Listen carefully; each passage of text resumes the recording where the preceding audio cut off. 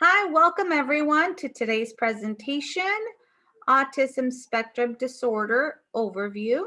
Your presenters today are Special Education Support Providers, Crystalline Smith, Diane Angel, and myself, Veronica Mullen. I am the Specialist TK-12 Instruction for the Division of Special Ed.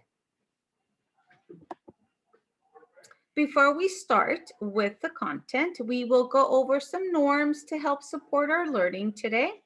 We will respect your time by beginning and ending on time. We also ask that you please mute your microphone and turn off your video in order to help us provide the best connectivity possible. Post your questions related to the presentation in the chat box. Keep an open mind and let's keep the learning student-centered. Just to let you know, we are recording this presentation, including the chat comments. We will answer any questions that we may not have answered in the chat. At the end of the presentation, we can stay on and answer your questions. All right, let's start with an activity, living in gratitude. Especially nowadays, I feel like we need to remind ourselves, but let's select a picture or an app from your phone that represents something for which you are grateful. And let's share your response in the chat. And I will do it too, because I certainly need it. So let me look on my phone.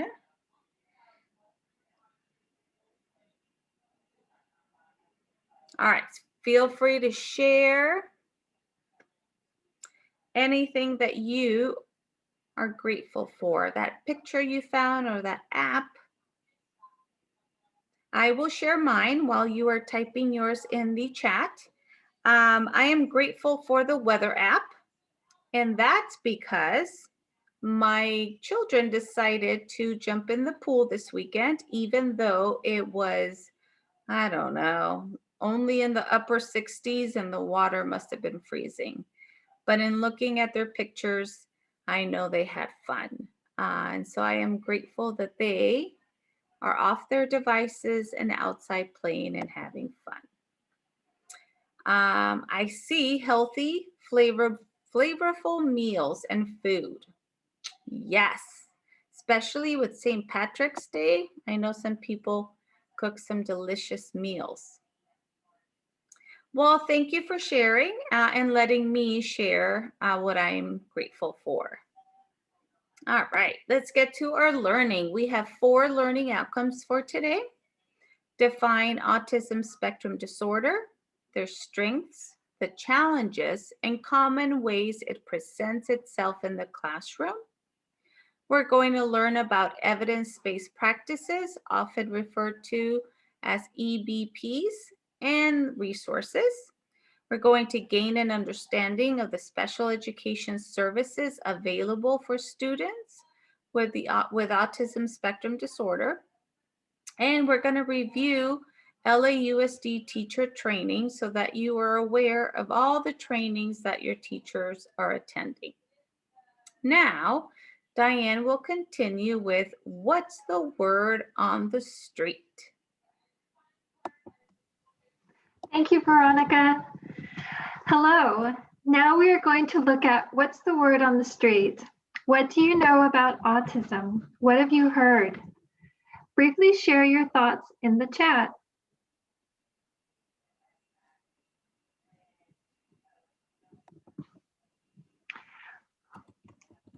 Children with ASD may have difficulty communicating or making friends. I also see in the chat that it will go away.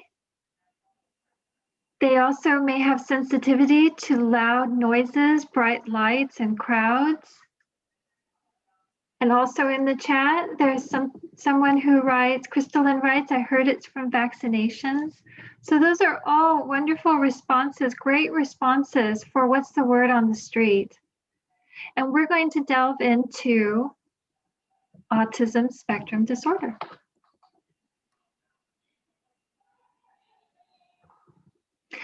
Autism spectrum disorder is a developmental disability that can cause significant social, communication, and behavioral challenges. People with ASD may communicate, interact, behave, and learn in ways that are different from most other people. The learning, thinking, and problem-solving abilities of people with ASD can range from gifted to severely challenged. Please note that there is a difference between a diagnosis and an eligibility. A diagnosis is when a doctor identifies a particular deficit in any of these two domains, social and restrictive and repetitive, and says that the individual has autism. An IEP determines the eligibility for a student.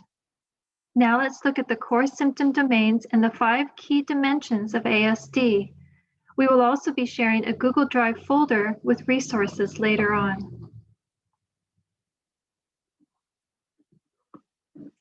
According to the Diagnostic Statistical Manual 5, or DSM-V, individuals with an ASD diagnosis need to have deficits in both the core symptom domains. One core area is social, which includes communication and interaction, and the other is restricted and repetitive behavior, interests, and activities. Social communication deficits present in various ways and can include impairments in joint attention and social reciprocity, as well as challenges using verbal and nonverbal communication behaviors for social interaction. Restricted, repetitive behaviors, interests, or activities are manifested by stereotype, repetitive speech, motor movement, or use of objects, inflexible adherence to routines, restricted interest, and hyper and/or hypo sensitivity to sensory output. One of the most intriguing aspects of autism is the range of expression for each of the 5 dimensions: sensory, social, communication, cognition, and interest. Each of these 5 dimensions presents differently for every individual with ASD on the continuum or spectrum, from most impacted to less impacted. In the next few slides, we will see some examples to help us understand that individuals with ASD are affected differently. The social dimension. For example, let us start by looking in the social dimension. Here we see some symptoms that range from more impacted to less impacted. Please take a moment to study this slide.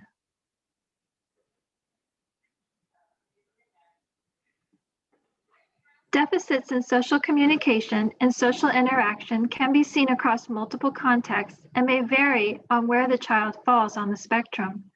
As an example, I will refer to some of my former students, Julian and Nando.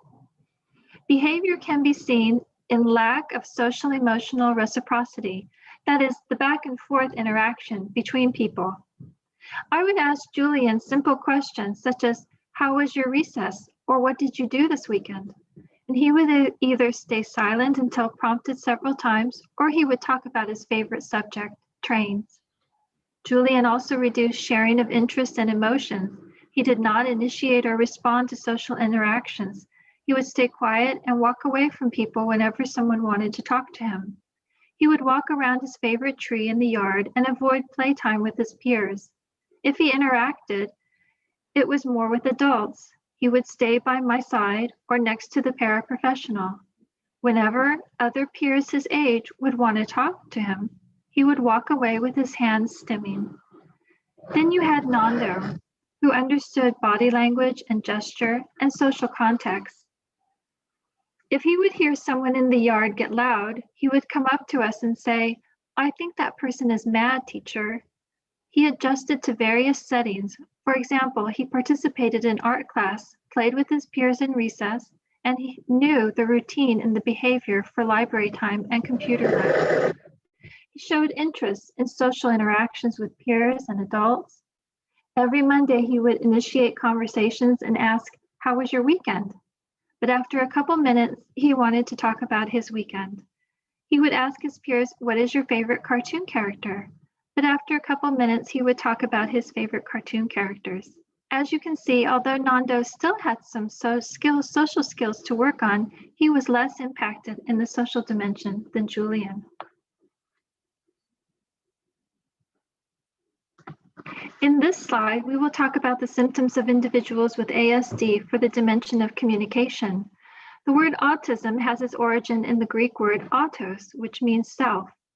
Children with ASD are often self-absorbed and seem to exist in a private world in which they have limited ability to successfully communicate and interact with others.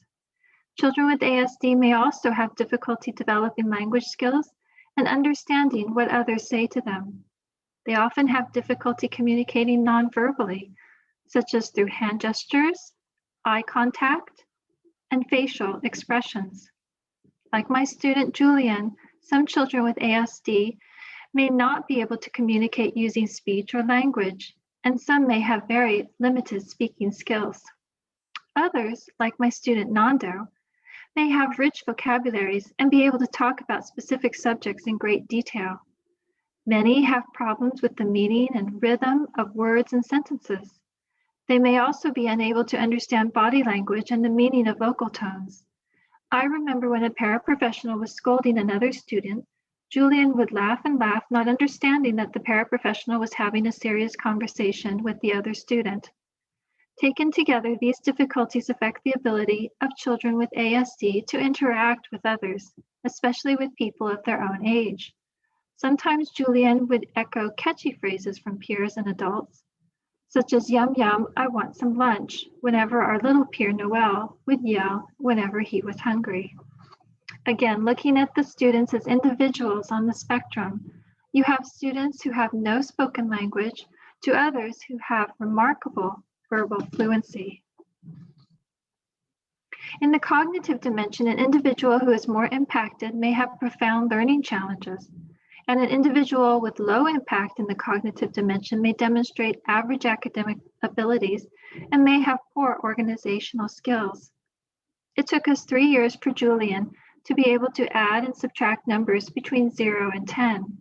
We spent 1 year on number recognition, matching numbers to quantities, and then another year using manipulatives to add and subtract numbers. Julian demonstrated profound learning challenges in understanding mathematics and number sense. Nando was recording at grade level. His fluency scores were average, and his comprehension scores, for the most part, were at grade level. He was able to decode multisyllabic words. He was able to retell stories in sequential order. It also helped that he was reading his favorite subject. Interest dimension. Please take a moment to read to yourself some of the examples of impact for the dimension of interest.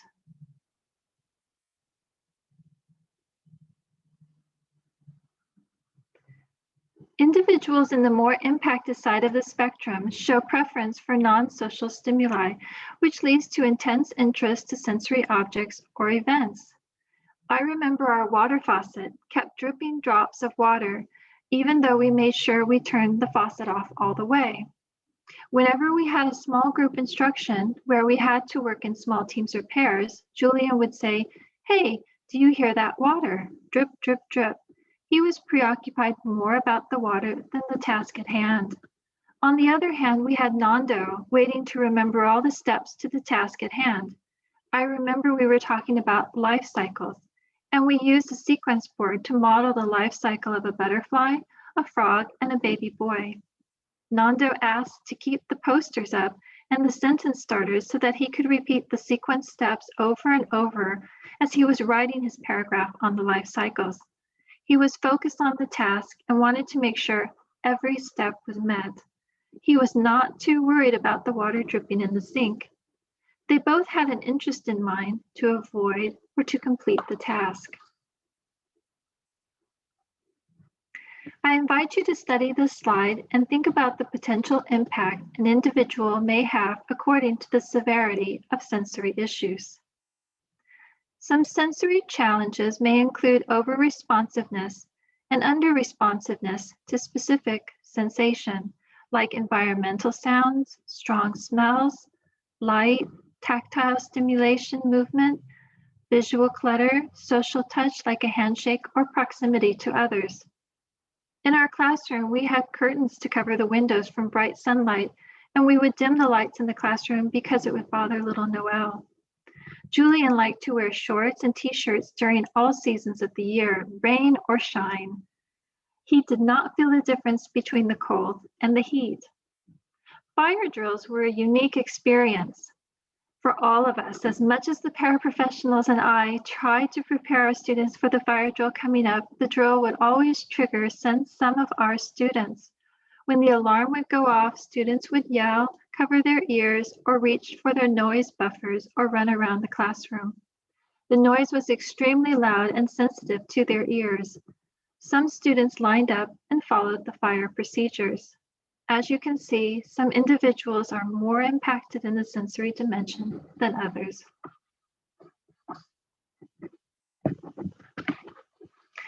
As we just saw in the previous slides, each of the 5 dimensions may be impacted differently for every individual with ASD. People with autism can be found in different areas on the continuum. The graphic we see here represents 2 different persons. The pink circles being one person and the purple circles another person. As you can see, each of the levels of impact for each of these 2 individuals is different in each of the 5 dimensions. For example, the pink person may be more impacted in the social dimension, while the purple person may be less impacted in this area. We must remember that every individual with autism is unique. There are many successful people who have ASD. Pictured in order from left to right, we have Satoshi Tajiri, Pokemon creator. We have Dan Aykroyd, actor and comedian. Joshua Beckford, the youngest person to study at Oxford. Bill Gates, computer designer and philanthropist. Daryl Hannah, actress. And Greta Thunberg, climate activist. Now we are going to watch a short video called Amazing Things Happen. We are all different, but we are all capable of doing amazing things. Let us watch.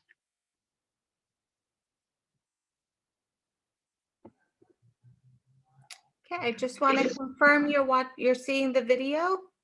Yeah. Yes, okay.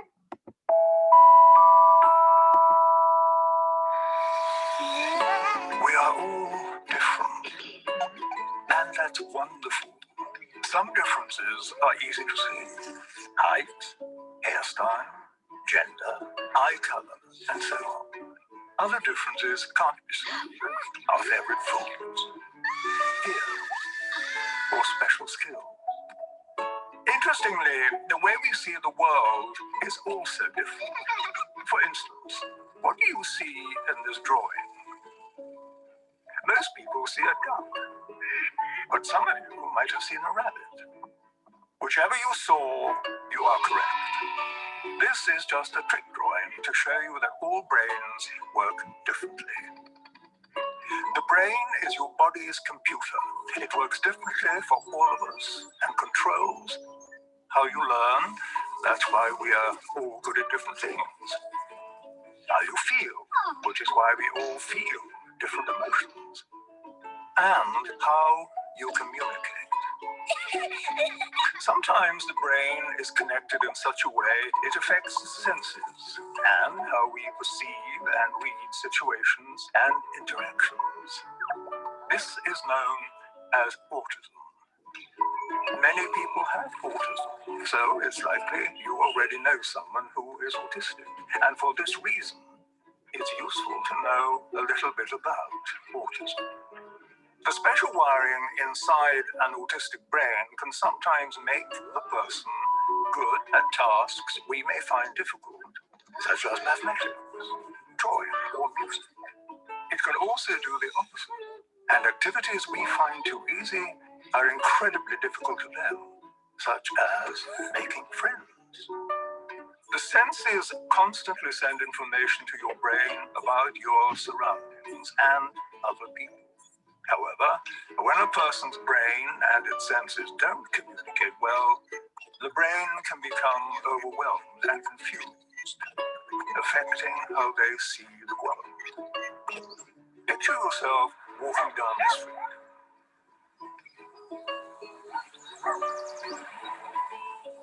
This is how an autistic brain may experience the same world. Scary, isn't it? Sadly, in many cases, the person can't say out loud how they feel. So even though there's chaos going on in their heads, they seem okay on the outside, unable to ask for help. We all develop behaviors to help us feel calm in uncomfortable situations. We may look away, hug ourselves, chew our fingernails, fidget, bite our lips, and so on. Equally, autistic people develop behaviors that help them cope with these intense moments. These actions may seem unusual, but they're just their way to feel calm. When they happen, it means they're having a hard time. The kind thing to do is not to give them an even harder time by getting cross, ignoring them, or mocking them. Remember, just because a PlayStation can't read an Xbox game, it doesn't mean it's broken. People with autism need friends who are willing to take the time to know them. With good communication and plenty of patience, everyone would be better off. People with autism are not ill or broken. They simply have a unique view of the world. And with a little support from their friends, they might just be able to share that view with us. Autism can make amazing things happen.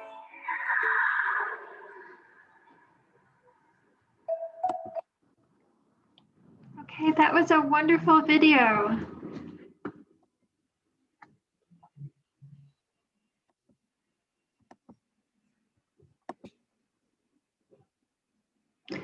Some common learning needs of students with ASD are visuals. Having visuals is good for our strong visual learners, for reminders and quick references. Modeling and explicit instructions. Students learn best with modeling and clear, explicit instruction. If students see the modeling and listen to the clear instructions and expectations, they have a higher chance of succeeding in the task itself. And of course, practice. Students need opportunities to specifically practice skills to reach a level of generalization and mastery of skill. Now, Crystalline will tell us about a great resource called Captain.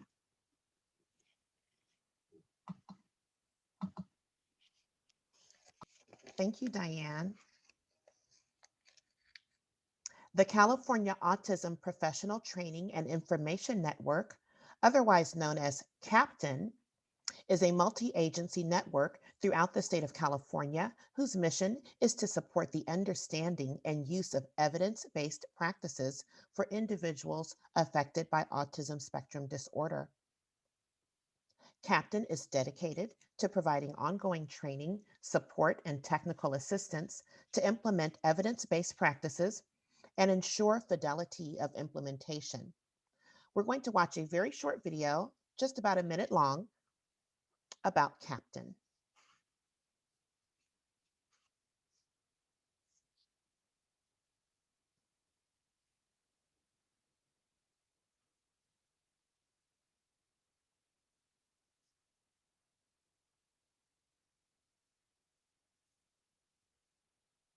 Have evidence proving their effectiveness. Let me start that over. I was muted so you couldn't hear it. There we go. Children to reach their maximum potential. Children with autism account for 16% of the students with disabilities in the state of California. One way to help all children with disabilities succeed is to ensure that the interventions and services they receive have evidence proving their effectiveness. This video is an introduction to information and resources that will increase your ability to help families to recognize and advocate for the use of evidence-based practices, or EBPs, with their child. The California Autism Professional Training and Information Network, CAPTAIN, is a network of community, state, and federal agencies developed to support the understanding and use of evidence-based practices, or EBPs, for individuals affected by autism spectrum disorder and other developmental disabilities. CAPTAIN's website is an electronic resource for parents to access information on a wealth of topics, including interventions and supports, research, online training, fact sheets, infographics, and news about upcoming local events, and much more. Why is family participation important? Parent participation is enshrined in the Individual with Disabilities Education Act, IDEA. This is because research shows good student outcomes are linked with active involvement of parents and/or caregivers. This way of working together acknowledges that interventions and supports for children with disabilities are most successful when the family's concerns, priorities, cultures, and beliefs are considered.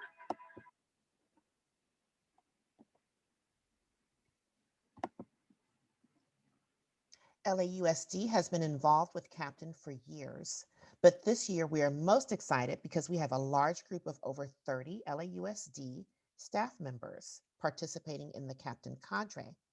We know that outcomes for our students with ASD will be better achieved if all people know and implement evidence-based practices to teach our students to learn, practice, apply, and generalize. We will drop the CAPTAIN website link in the chat for you.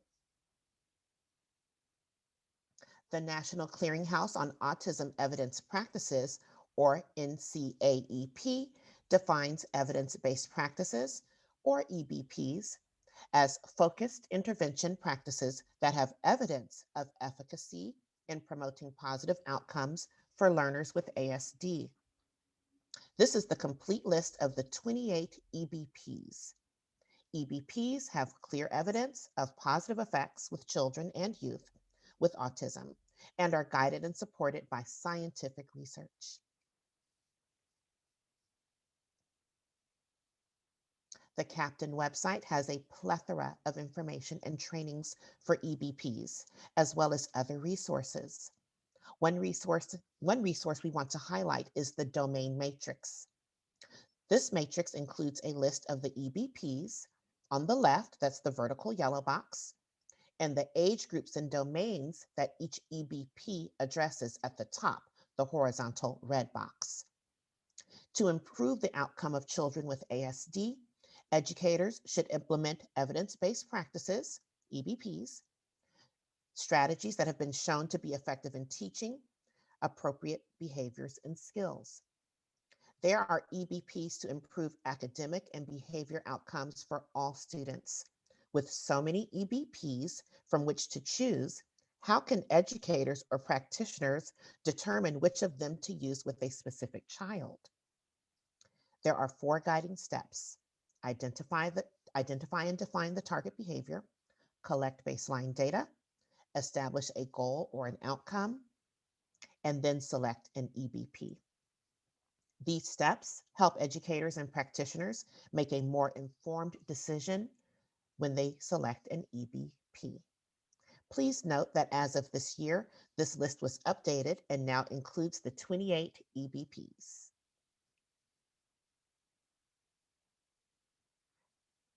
The next resource we want to point out are the EBP definitions. Each of the 28 EBPs are listed alongside its abbreviated form, and the complete definition is provided. Both of these resources, the domain matrix and these definitions, will be shared with you in the Google document folder. In the next few slides, we will explore 4 of the 28 evidence-based practices. These will include visual support, video modeling, task analysis, and reinforcement.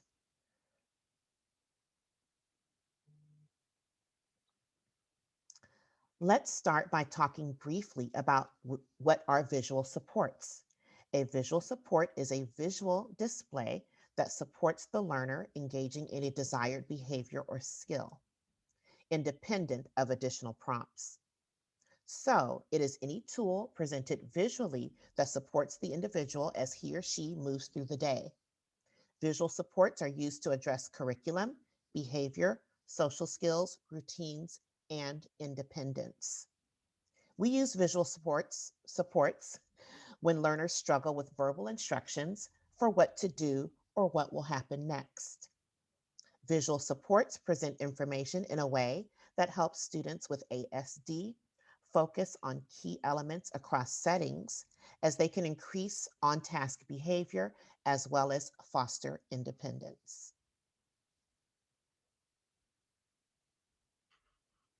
We use visuals every day. We use them to navigate our phones and TVs. We use them when we drive. We use visual supports when we cross the street. Visuals even assist us while shopping, whether it's online or in the store. When working with learners that have ASD, visual supports are key. They provide comfort, predictability, and access to information. They also serve as a way to facilitate communication. Let's watch the following short video that speaks more to visual supports.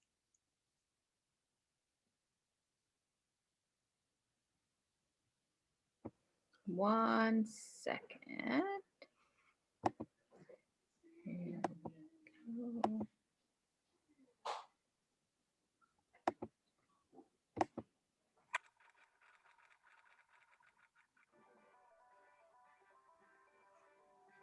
We use visuals every day. Icons, traffic signs, calendars, clocks, maps, recipes, grocery lists, and more. For students, visuals provide a form of communication that lasts much longer than spoken language. Examples include visual schedules, time timers, scripted routines, checklists, and visual reminders. Visuals literally help your students see what you mean.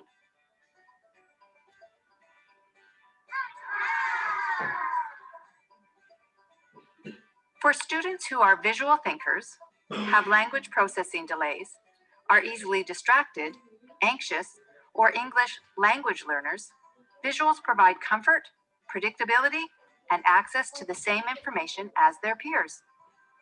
People often think it is helpful to repeat instructions and provide verbal prompts, but more words can simply mean more language to process.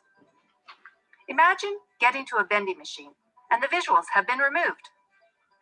Don't worry, Vinny will tell you everything you need to know. Nachos, chips, cookies, Smarties, M&Ms, coffee, crisp, Babe Ruth. What if the visuals on your phone were removed and replaced with someone to remind you of everything verbally? Facebook, Instagram, Twitter, email, weather, calendar. Oh, you have one appointment today. Suppose we removed all visuals from your recipe book. Fortunately, we have your mother-in-law on standby. Ground beef, onion, and oil in a frying pan. Stir to break up the meat as it browns. We all need visuals in our life. Using more visuals throughout the day will help all students. Visuals encourage independence and inclusion. They reduce anxiety and frustration. They support self-regulation and universal design for learning. Visuals, a simple, convenient alternative to repeating yourself all day.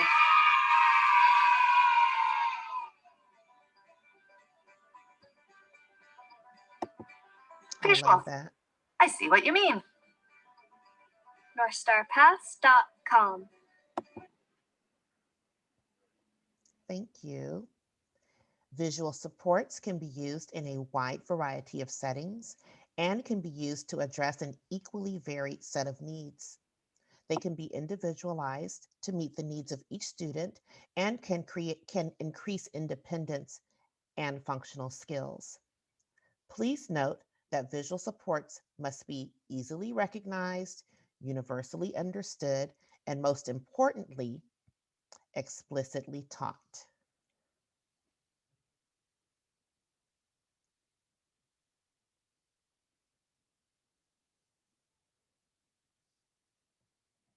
Visual supports might include written words, objects within the environment, visual boundaries, schedules, maps, labels, organization systems, timelines, or scripts like you see here.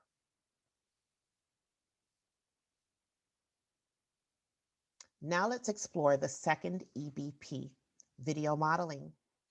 Video modeling is a video recorded demonstration of the targeted behavior or skill to be shown to the learner to assist learning in or engaging in a desired behavior or skill.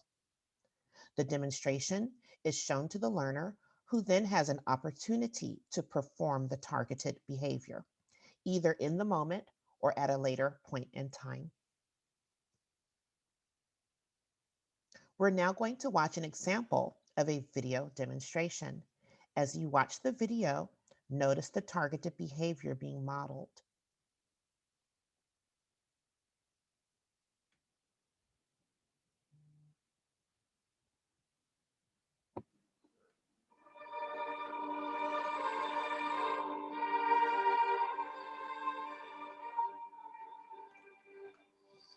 Sharing toys is a nice thing to do.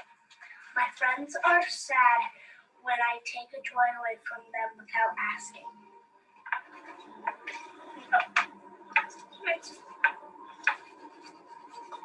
Can I borrow that purple? Of course. Thanks.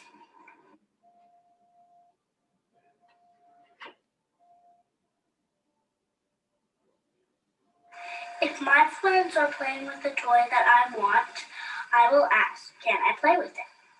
If they say no, I will ask, can I play with it when you're done, please?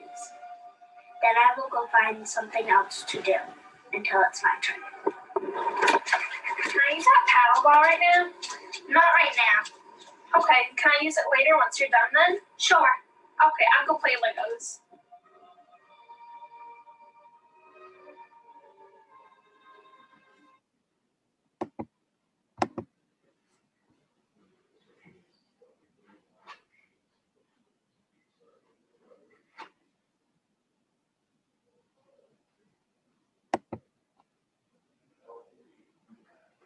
As you were able to see, video modeling is easy and fun, but most importantly, it works when used with fidelity.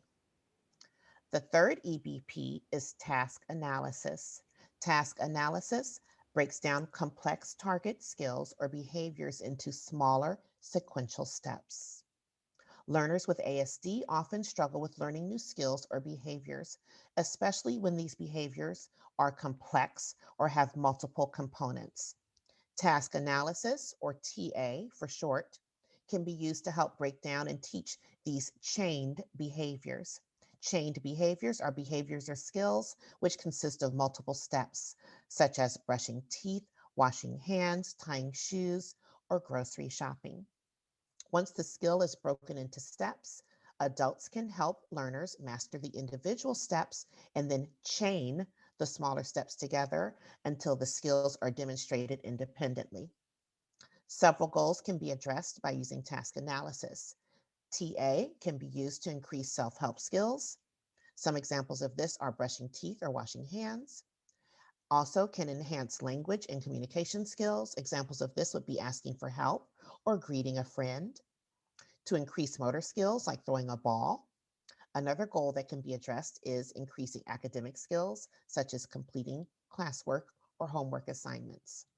Task analysis may also be used to increase adaptive skills, such as making a sandwich or grocery shopping. Here are some examples of how TA may be taught. TA can be taught 3 different ways. One way is forward chaining. In forward chaining, the first step in a chain is taught first. As each step is mastered, the next step is taught. If we look at the example of washing hands, when teaching a learner to wash hands, the step of turning on the water would be taught and reinforced before teaching the next step, which is to wet the hands. Another way is backward chaining. In this method, the final step in a chain is taught first. As each step is mastered, the previous step is taught. Going back to the example of teaching a learner to wash hands, the final step of drying hands with a paper towel would be reinforced before teaching the learner to turn off the water. Finally, the third way is total task presentation. In total task presentation, the learner performs the entire chain with reinforcement at each step and the most effective reinforcer at the completion of the task. When teaching a learner to wash hands, the learner would be prompted and reinforced at each step with the most effective reinforcer provided at the final step.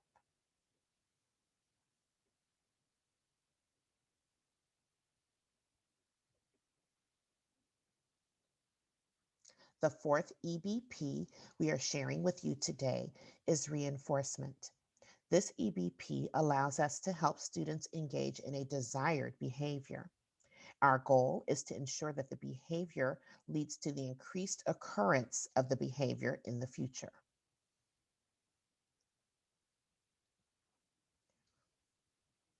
Reinforcement is used to increase desired behaviors and skills in many educational circumstances.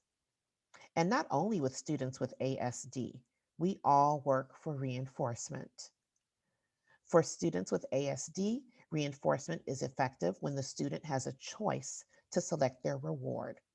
Reinforcers can include toys, objects, topics of interest, sensory activities, and consumables.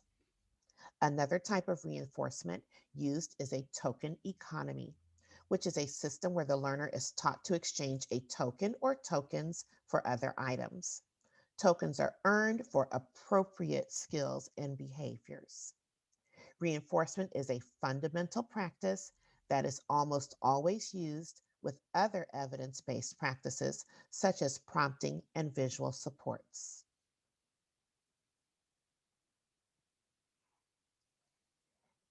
LAUSD has programs and environments that support these evidence-based practices, or EBPs. LAUSD has several special education programs where students with autism can receive special education services. We have a resource services program where a special education teacher, known as the resource specialist teacher, provides services to the student in the general education classroom.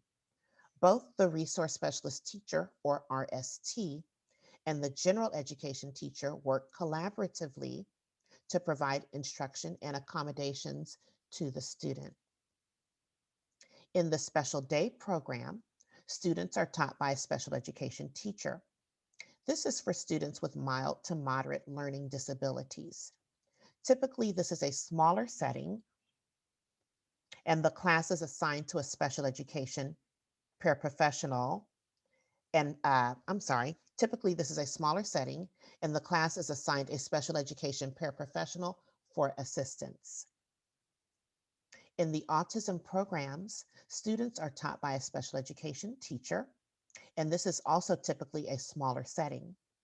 All of the students fall under the eligibility of autism. The classroom environment has manipulatives, visuals, explicit teaching, and practice of skills, and provides classroom structure for our students. There are core and alternate curriculums and settings.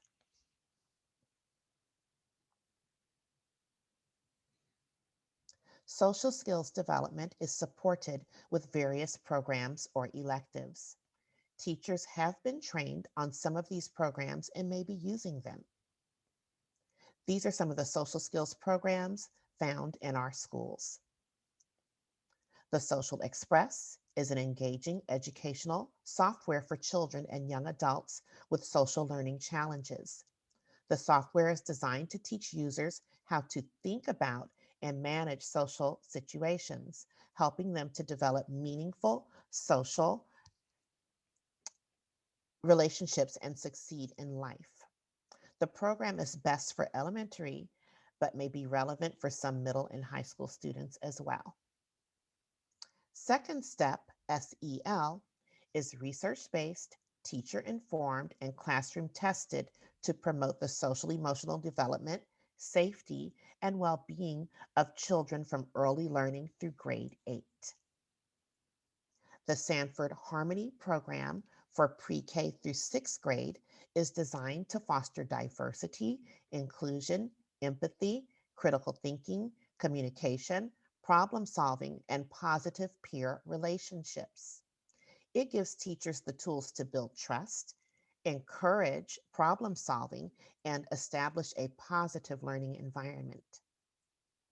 TeachTown Social Skills is a comprehensive curriculum and assessment for elementary grade level students that teaches socially valid skills using animated video modeling. LAUSD also offers social communication electives for students in secondary grades, both in middle and high school. These courses are offered in beginning, intermediate, and advanced social skills communication. In high school, another elective offered is college and career readiness. Next, we will share more about professional development for teachers.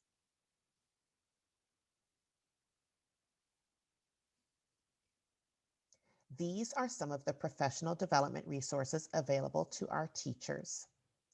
The Autism Spectrum Disorder Added Authorization, or ASDAA, program prepares teachers who hold a Level 1 Education Specialist Instruction credential with mild, moderate, deaf and hard of hearing, physical and health impairments, and or visual impairments credentials for an additional credential endorsement that authorizes them to teach and support children on the autism spectrum. The virtual co-teaching training addresses the various models of co-teaching and how to apply those in a virtual setting, and also provides resources to support the implementation of a virtual co-teaching relationship. Another training available for our teachers is Universal Design for Learning, or UDL for short. In this training, teachers learn that UDL is a framework, not a curriculum, for implementing the concepts of universal access by design, providing equal opportunities for all students to learn.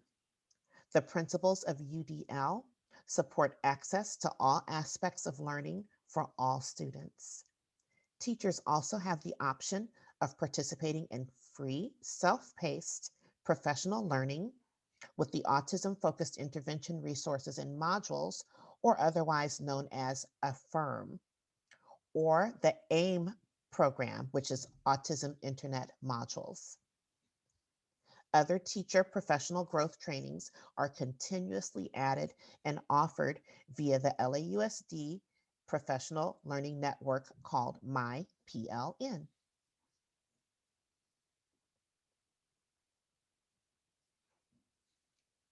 Finally, there is a parent resource Google folder for you.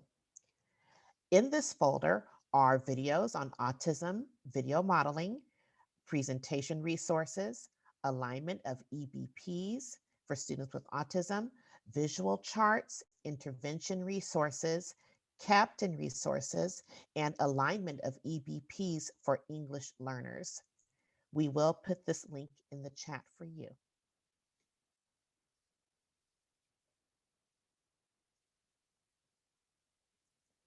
Thank you so much for your participation. We hope that you learned something new. We will leave you with this quote: where we cheer on each other's loved ones to succeed as much as our own, every milestone is a celebration. We hope you walk away with the idea that although all of us are different, we are all capable of doing amazing things if we celebrate and support each other as a community.